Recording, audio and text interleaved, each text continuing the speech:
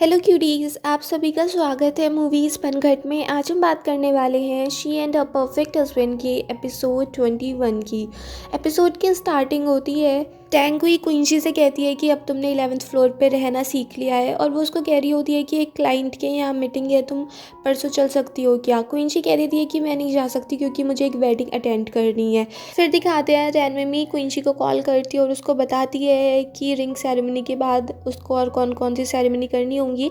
तो क्विंसी सबको मना कर देती है और रैनवेमी उसको ये भी बोलती है कि उसको एक वाटर प्रूफ आईलाइनर लगाना चाहिए क्योंकि उस दिन बहुत ही ज़्यादा रोना वगैरह हो जाता है। क्विंसी कहती है अरे उस सब की मुझे ज़रूरत नहीं पड़ेगी। फिर दिखाते हैं वेडिंग डे आ जाता है। क्विंसी अपने डैड के साथ आती है और वो बीच रास्ते में ही रुक जाती है, उससे आगे नहीं बढ़ा जा रहा था। वो सोचती है कि क्या मैंने झूठ से स्टार्ट किया था और आज वो मेरी रियल वेडिंग में बदल चुका है।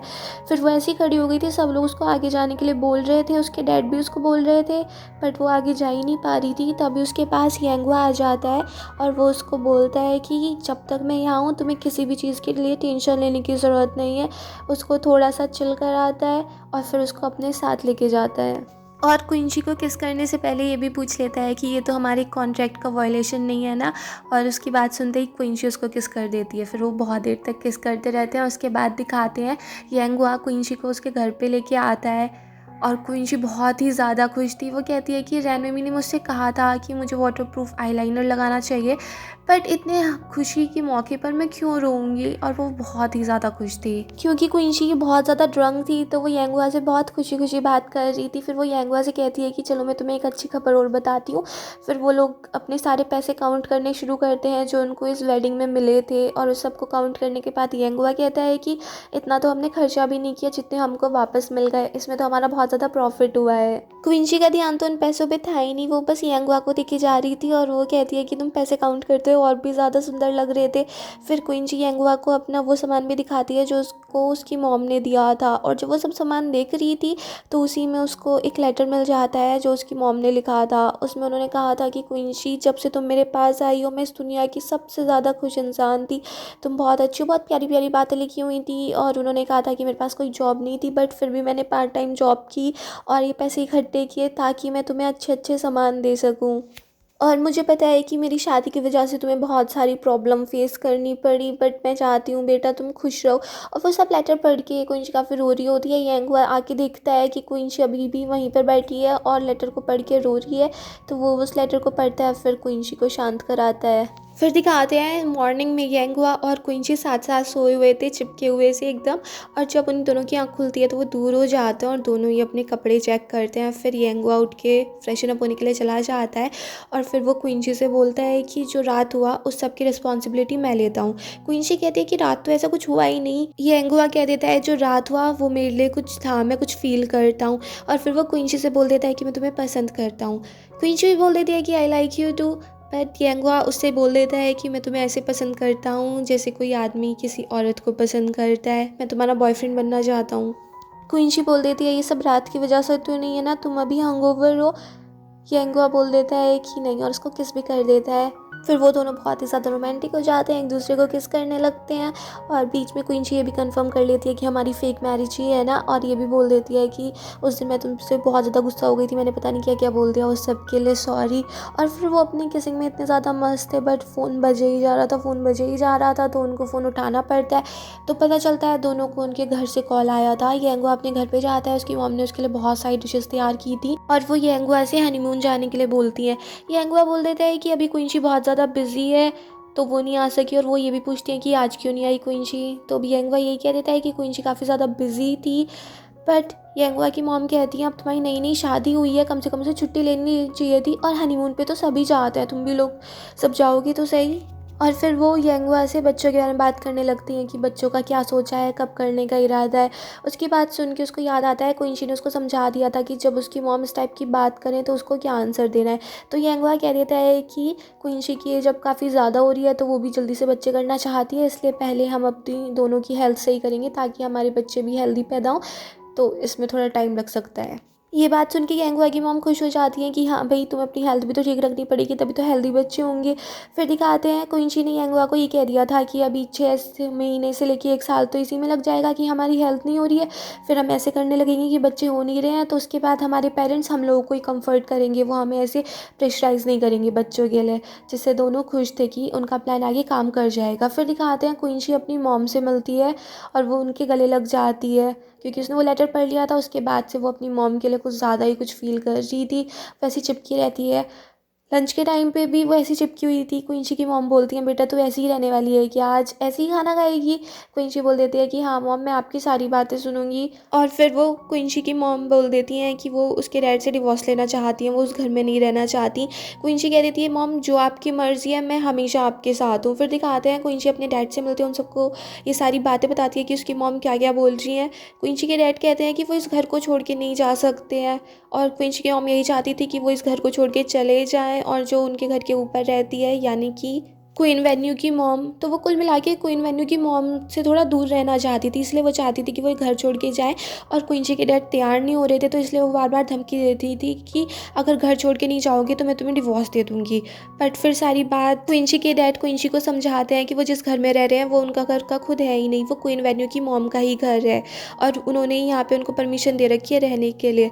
फिर क्विंची क्वीन वेन्यू की मॉम से मिलती हैं, तो वो बताती हैं कि जब हम दोनों का डिवोर्स हुआ था तो तुम्हारे डैड के पास कुछ भी नहीं था, ये घर सब मेरे पास ही था, और उनके पास पैसे भी नहीं थे, तो मैंने उनसे कहा कि वो यहीं पे रह लें, और तब से यहीं रह रहे हैं।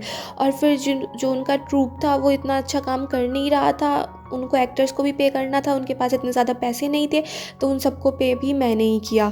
और फिर तुम्हारे डैड ने कुछ पैसे इकट्ठे किए थे, तो उसके बाद उनके एक फ्रेंड ने उनसे वो पैसे ले लिए थे बिज़नेस के लिए। तुम्हारे डैड भी उसमें बिज़नेस पार्टनर बन गए थे, बट वो बिज़नेस चला नहीं और वो आदमी भाग गया। फिर उसका सारा कर्जा भी तुम्हारे डैड को ही चुकाना पड़ा इसलिए, और वो सारे पैसे भी उन्होंने मुझसे ही उधार लिए थे।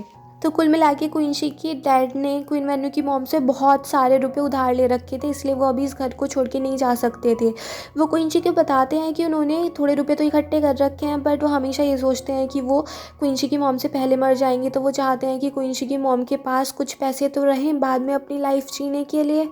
क्विंची अपने डैड से बोल देती है कि ये सारी बातें आपको मॉम को बता देनी चाहिए, उनको कितना बुरा लगेगा कि आपने अपनी एक्स वाइफ को ये सारी बातें बता रखी हैं, उसको सब पता है, बस इस घर में मेरी मॉम को ये सब कुछ नहीं पता है, उनको बहुत बुरा लगेगा। और पता है डैड, मेरी मॉम आपके साथ आज तक थी क्योंकि वो आपको पसंद करती हैं, वो भले से डिवोर्स की धमकी दे रही हैं, मगर अगर उनको डिवोर्स लेना होता ना तो वो कब का ले चुकी होती। फिर क्विंची के डैड क्विंची की मॉम को सारी बात बता देते हैं। क्विंची की मॉम ऐसे दुखी नहीं थी, वो थोड़ा सा गुस्सा भी नहीं थी।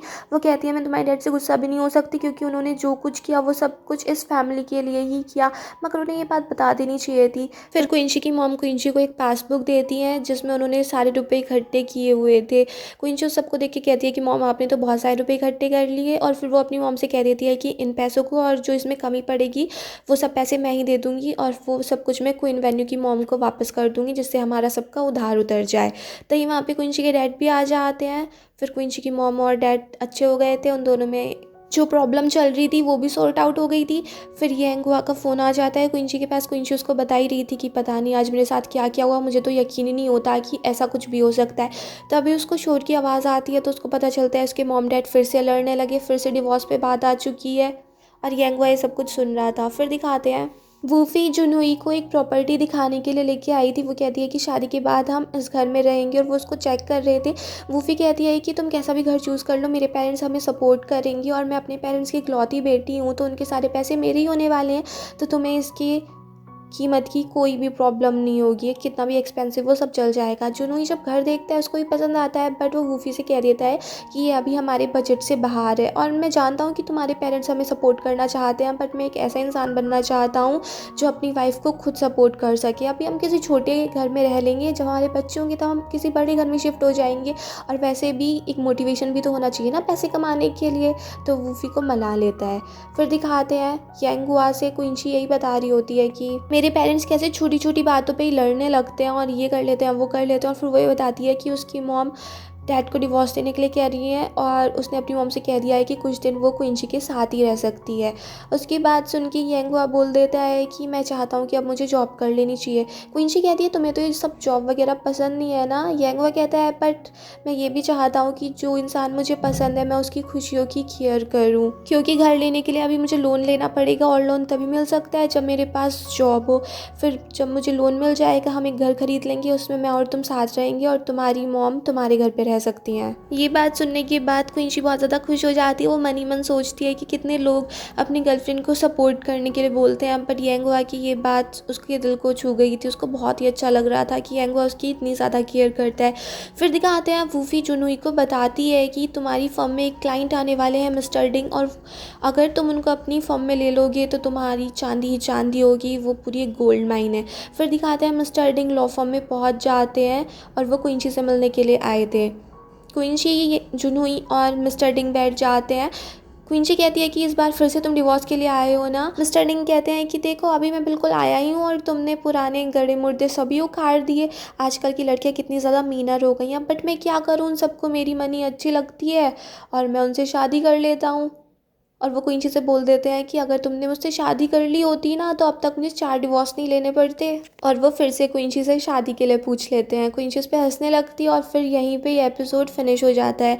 अगर आपको ये पसंद आया हो तो प्लीज़ मेरे चैनल को सब्सक्राइब करें, लाइक करें, शेयर करें, कमेंट्स करें and bye bye till next video.